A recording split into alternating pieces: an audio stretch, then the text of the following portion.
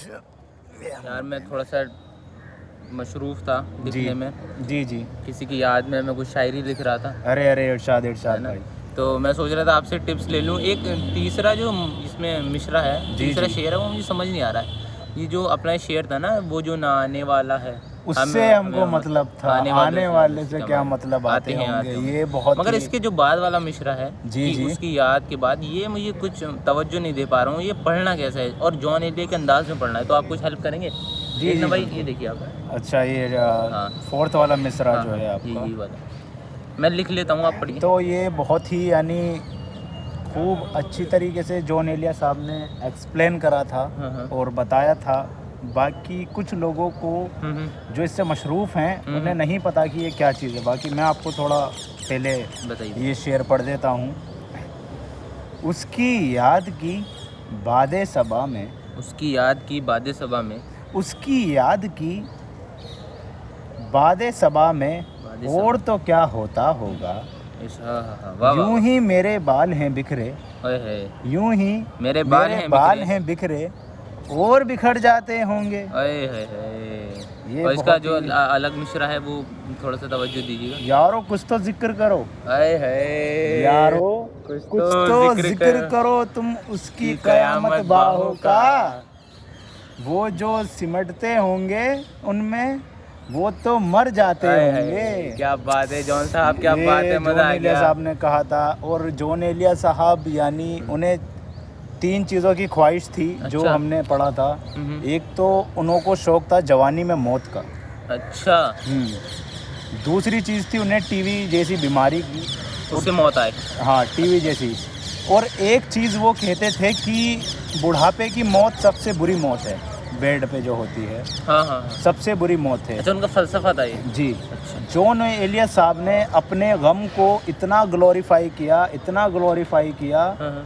कि जो दूसरे लोग थे वो उनसे इंस्पायर हुए गम में आने के लिए। अच्छा। यानी उससे पहले तो यानी शायद ही कोई होगा जिसने इतने अपने गम को ग्लोरीफाई किया हो। और एक उन्हों की ख्वाहिश थी जवानी में मौत की, जो कि उन्हों की पूरी हो गई। तो मगर जॉन एलिया इतने हताश क्यों रहते थे अपनी मोहब्बत को लेकर? क्या उनकी मोहब्बत उन्हें छोड़ गई थी या शादी नहीं हुई थी, तो क्या मामला था इसमें? ये जॉन एलिया साहब का यानी खूब ही यानी पर्सनल तो नहीं कहना चाहेंगे, बहुत ही ज़्यादा यानी अलग मामला था इन्हों का। अच्छा। जो जॉन एलिया साहब शायर बने, उन्हों को 2 चीज़ का गम था। अच्छा। ना खोने का, जो उन्हों के पास रहे। एक उन्हों की बीवी और एक उन्हों के बच्चे। अच्छा, तो उनकी शादी और बीवी बच्चे थे माशाल्लाह से। जी जी। तो क्या कुछ ऐसे इख्तलाफ रहे उनकी बीवी और बच्चों में, जो वो अलग हो गए, जुदा हो गए? क्योंकि पहले हमने सुनने में आया कि अमरोहा में रहते थे वो। जी, अमरोहा में रहते थे। फिर बाद में पाकिस्तान शिफ्ट हो गए, और आज भी मैं देखता हूँ उनकी बीवी के इंटरव्यू आ रहे हैं। तो जॉन एलिया साहब तो मेरे ख्याल से जवानी में फिर चले गए बस। जवानी में वो इसलिए चले गए कि उन्हें 2 चीज़ का, जैसा कि अभी मैंने आपको बताया ना, 2 चीज़ का डर था अपने बीवी बच्चों का ना खोने का।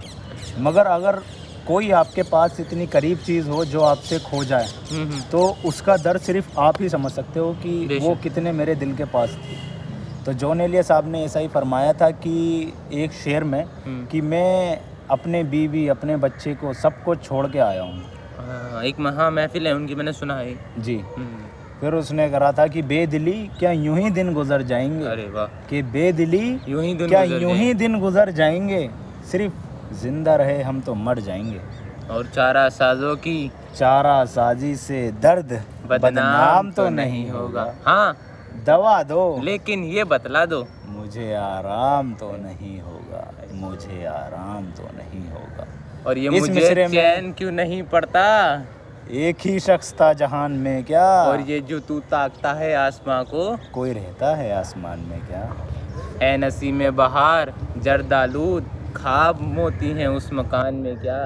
और मुझको तो कोई टोकता भी नहीं, यही होता है खानदान में क्या।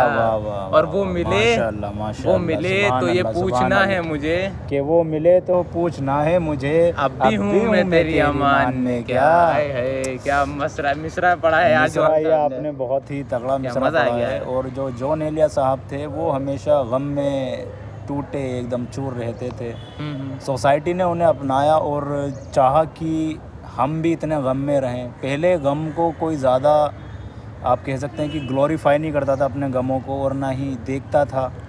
बट जब जॉन एलिया साहब आए तो उन्होंने कुछ ऐसा कर डाला कि जो भी अब छोटे मोटे दुख होते हैं तो वो उन्हें ज़्यादा से ज़्यादा ग्लोरीफाई करते हैं और उनमें अपनी शायरी में ज़ाहिर करते हैं कि किस तरह से हमारे पास गम है, और यही पब्लिकली अभी चल रहा है और सोसाइटी में ये ज़्यादा से ज़्यादा भी फैल रहा है जितना हो सके। तो जॉन एलिया साहब कुछ इसी तरीके